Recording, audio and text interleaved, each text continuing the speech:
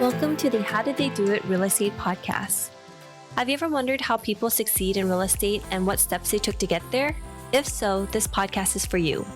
Your hosts, Sayla and Eileen Prack, interview top experts in the real estate community to share with you their real estate journey and how they achieved massive success. Our goal is to provide you with valuable real estate resources and to help you apply it to your own real estate goal. So Grant, one of the other things you talked about, especially being an entrepreneur and a businessman yourself, you talked about having the good days and you rate your days 1 to 10. So when you are having those low days, the 4s and the 5s, maybe some days you have a 1 day. How do you get out of those? How do you get out of those days and then continue to motivate yourself and not give up? You got to get some 9s. You got to get 9s. That's the only way. There's no pill. Okay, you know. There's no filter. There's no alcohol. You got to go get some 9s. This is what people don't want to do, like you want abs, you got to get abs. You can look at everybody else's abs, but you got to go do the work. So I do the work. Some guy made a comment. I'm 65 years old, and somebody made a comment online because we created this company called 10X Health, and they're like, "Oh, Cardone's using what do they call their TG? He's using HGHs." And I'm like, bro, you cannot build abs or legs or biceps and shoulders without doing the work. The supplements are the supplements. You still got to do the work. So that's how I get 9s. I got to go win a game. I got to get a 9. I got to, and it's the fastest way to attract other people too. The fastest way to attract great people in your life is to create success and big success, because then the big guys want to play with you. I was at a Michael Milken conference. Michael Milken's worth, I don't know, $8 or $9 billion. I walked into this conference. Mike walks up to me. I don't know Mike. I've never met Mike. Mike's a legend. He walks up, "You going to 10X me, man?" The goddamn Mike, that'd be $80 billion, And he's like, "Yeah, 10X me. Can you 10X me?" I said, "Well, I came here because I was hoping you were going to 10X me." Right. But you see, that's how those guys think. There was 52, there was dinner. There had to be 200-300 people at dinner. 52 of the 300 people were billionaires. And that's the kind of rooms you got to get in. It costs money to get in that room, by the way. That was a donation to get in that room. Everybody paid. But I was willing to, and I didn't know this until about 10 or 12 years ago, pay, and they let you in the room. Then once you get in the room, you got to figure out how to act so that people remember that you came to the room. Yeah, because a lot of times you can pay to get into the room, but if you don't do anything with that, then what was the point of that? Talking to the wrong people, or you spend time with the wrong people. A lot of times people get in a room with 300 people and you don't have any targets in the room. So there's not 300 people in that room that can help you. Most of them are just fillers. Now, some of your audience ain't going to like me saying that, but you got to have a target. You have to have a specific target. My wife and I go into a room, we know, hey, there's 6 or 8 people that we need to meet in this room. There's not 85 people here. I don't have time to meet 85 people and pass out business cards and, "Oh, do you know?" They're not going to even remember me. So if you've ever been in a situation where, like, here's my card, you're like, you know what they're going to do with that card is go into the hotel and into the basket, the waste basket.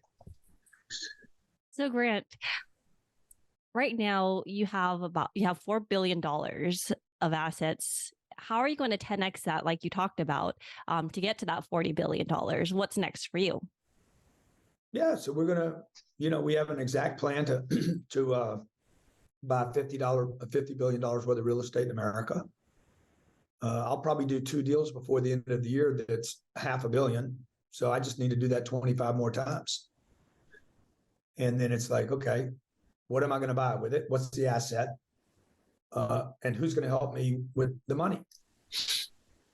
So I don't take money from banks and I don't take money from institutions. So we basically created a company called Cardone Capital, and Cardone Capital has democratized institutional quality assets without using wealthy people's money.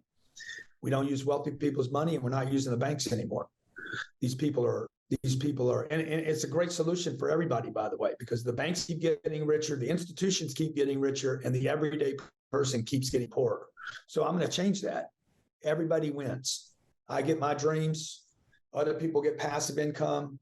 We all should get, if it works out right, we're all going to get richer together. And I just did the math and backed into it. So are you still focusing on, so in order to get to that, are you focusing on specific asset classes now? Or are you diversifying within the fund? How are you doing that? Yeah, so we're buying, no, we're going to continue at Cardone Capital to buy institutional quality assets. We're on the right target for what we're buying. I'll show you what we're buying. Like, I just got this under contract. Oh, wow. It's 500 apartments in Chicago on Michigan Avenue. 2 years ago, it had been 300 million, and I'm paying 150 million. We'll write a check all cash for this with our investors. No debt, check. We won't have a bank to deal with. And that's the kind of assets we buy. So that's the goal for Cardone Capital. I'm going to create not only the largest multifamily portfolio in America and the world, it is going to be the best assets on the planet. This would typically be bought by New York Life, Met, Goldman Sachs, JP Morgan, the big giants. But I'm going to do this with people. This has never been done at scale before, ever. So that's the goal for Cardone Capital. We also have some other companies. And again, guys, I'm starting from zero every day. I don't know how to do this stuff. So for your audience, I have no clue how I'm going to do any of this. For my other business, the ventures business, we're going to start funding small companies that are doing $5 million, $10 million, $20 million, $75 million a year. And rather than them going to Wall Street and being taken advantage of, Grant Cardone, Cardone Ventures, Cardone Equity Group are going to help fund those companies and raise money for the small business owner that can't and will never be invited into the JP Morgan or Goldman Sachs boardroom. So when you start off your day with at zero and not knowing how to, get to your target, what are the steps that you take to start building out that plan for the day? Yeah, it's just where am I trying to go, right? If I want to go to Starbucks, I got to where's the nearest Starbucks? I put it in my system, boom, that's where I'm going to go. Like, that's all I'm doing is following a location or a target person that can help me feel my. Let's say I want $8 billion. Okay. Well, if I got 8 billion people to give me $1, I'd have $8 billion. Say, I want 8 billion people to donate to my charity, because maybe you don't want money. You're like, I don't like money. Okay, good. You want $8 billion to be donated to a charity. Good. So if you could get, one way to do that is to get 8 billion people to give $1 to your charity. Or it could be get 1 billion people to give you $8. Now I got to get 1 billion people to know who I am, what I'm up to. So it's just math. I mean, it's just completely math. And the math always involves a who. If I could get 1 billion people to give me $8 12 times a year, that would be like $96 billion. So you can't find the target if you don't have it. And unfortunately, most of your audience, no offense, most people are simply they don't have targets. They're going to work. What are you doing today? I got to go work. What are you doing this weekend? I'm going to the beach. What's the target at the beach? What are you doing? I'm going to a conference. Okay, what's the target? I got to be a vendor at the conference. We got a big conference, the expo. What's your target? I'm going to work. What are you doing today at work? I'm working. What's the target? Man, to get to 5 o'clock. Nobody knows what they're going for. What are you trying to accomplish?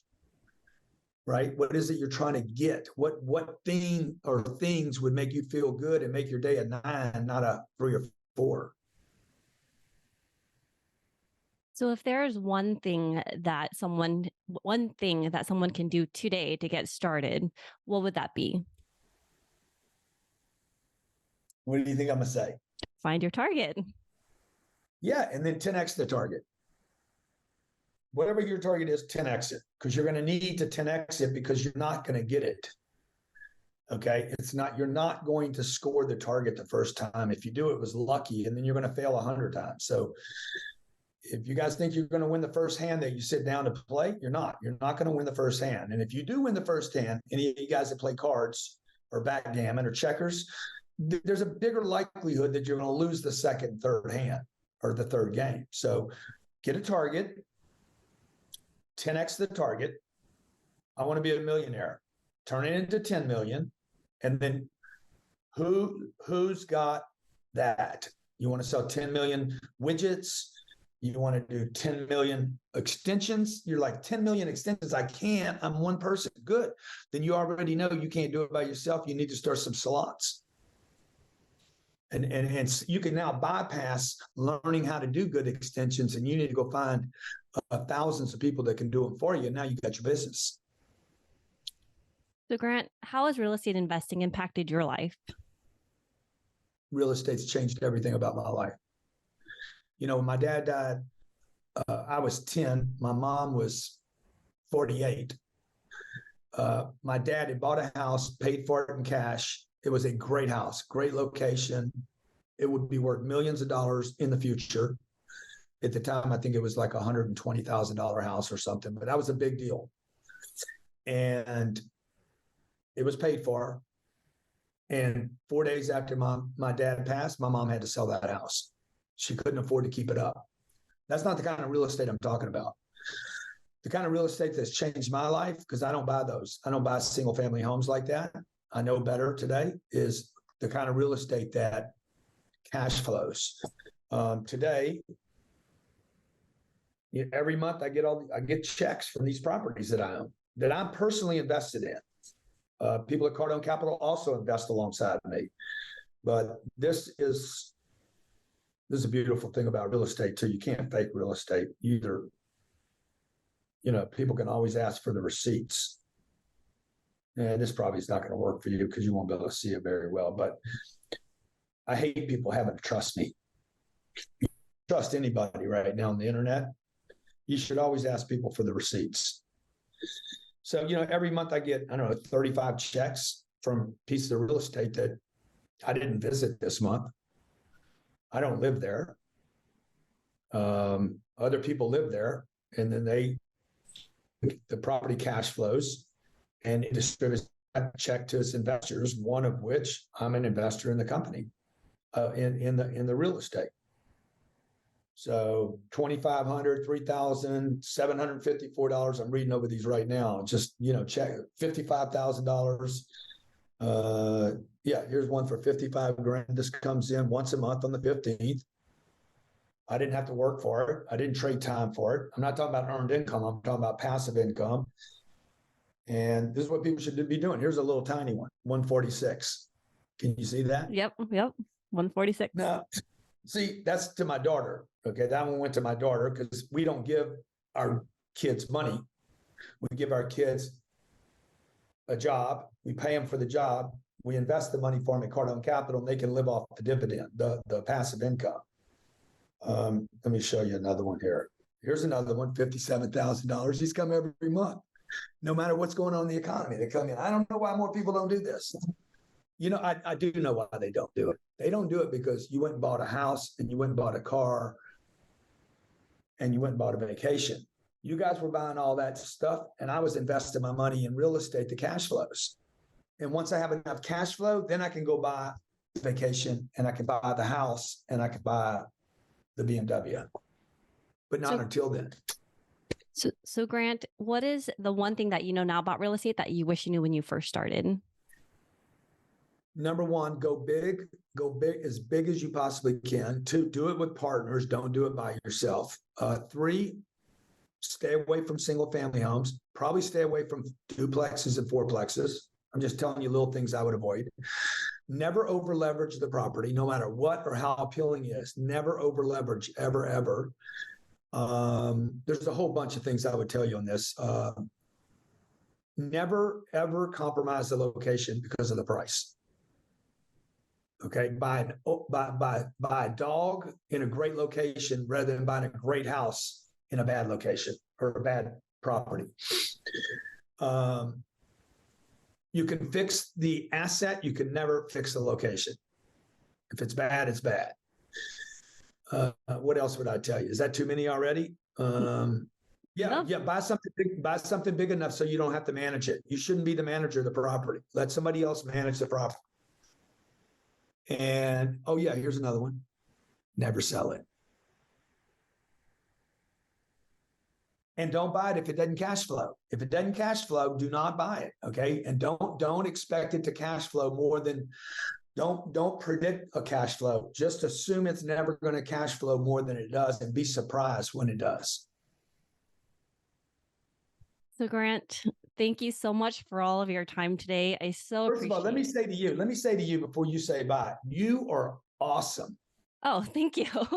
You do a great interview because what you do is, I know you probably had your questions kind of set up, but you stay very fluid and you connect things. And so I felt like I was having a conversation with you that wasn't just like, okay, question, next question, next question. You do an excellent job of like making it flow. Oh, thank you so much, Grant. That's a huge compliment. I really appreciate that. You're welcome. So Grant, for you, are there any last words of advice, wisdom, anything like that, especially in today's market, that you can share with our listeners today? Well, on the real estate side, look, there's going to be a lot of pain here for the next 18 to 24 months. It's going to be unbelievably painful for real estate investors.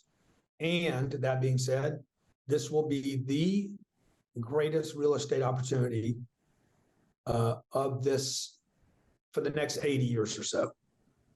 This is going to be a game like lights out game changer moment. If you guys can figure out how to get your head right, learn what to buy, how to fund it if you're going to use debt, how to raise money. This is going to be, I'm going to get what's going to happen for me and my family here in this next cycle will be tremendous. Second thing I would tell people, particularly to the people that heard something today that maybe made you feel uncomfortable, something maybe you disagreed with immediately. You're like, I disagree with what he said immediately. Or I said something that bothered you. For that audience, I would tell you, go back and listen to it again and see how it might help you. Rather than criticizing me or deciding how it's wrong, maybe go back and listen to it again for what you might have missed that could make you more right in your life. Because that's my only goal. My goal here is not to be the right guy. I know I'm always changing. And I have the right to change my mind in the future about anything I said today. But I just know that in my life, sometimes when I close my mind immediately to something, it's the very thing I needed to hear. Thank you, Grant. And thank you so much again for all of your time. It's such a pleasure to meet you today. Thanks, Eileen. Great talking to you, okay? Thank you. Bye-bye. And thank you for listening to our podcast today, brought to you by Bonavest Capital. We would really appreciate it if you can go to iTunes right now and leave a rating and written review. Also, please don't forget to subscribe so you can always get the latest episodes. You can also connect with us on Facebook, How Did They Do It Real Estate. We'd love to hear your feedback and any topics that you're interested in for future episodes.